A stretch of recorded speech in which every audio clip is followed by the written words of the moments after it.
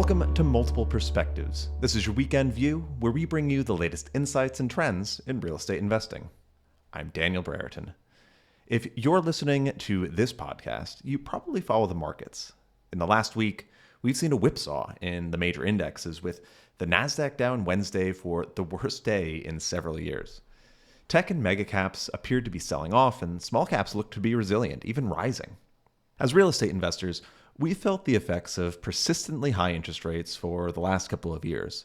And for tech investors, the reality of interest rates and their path for the rest of the year appears to be setting in too. The market looks to be opening its eyes to how propped up many of these companies' projections were. What's odd is that GDP data released this week shows a strengthening economy, with growth last quarter up 2.8%, beating expectations. That, combined with moderating but not plummeting inflation, seems to show that we have hit a stable point in the economy. The labor market is relaxing a bit, prices are moderating, and the country is still experiencing growth. All good signs. You might have heard of the vibe session, where the sentiment in the economy is down even in the face of positive data. But the data is still showing good signs for what's to come. Our equity team is still seeing opportunities in select markets, and borrowers are still looking for capital from our debt team. Consumer sentiment has been trending higher each month, even if it's been low compared to the last few years. I see potential for a turn in sentiment, which could signal that the country is beginning to believe what it is seeing, that things are turning better, more stable, and that a soft landing has been achieved.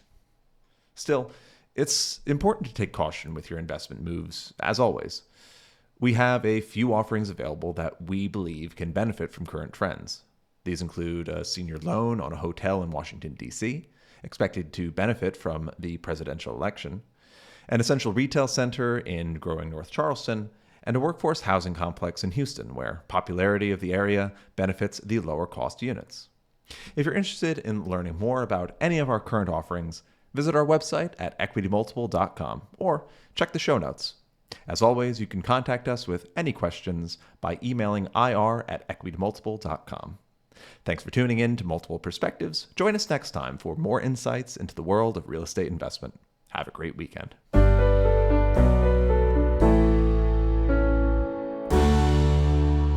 This communication is not to be construed as an offer to sell or the solicitation of an offer to buy any security or provide investment advice. Any such offer or solicitation can only be made by means of the delivery of a confidential private offering memorandum. To the extent that performance information is contained in this podcast, past performance is not necessarily indicative of the future results, and all figures are estimated and unaudited unless otherwise noted.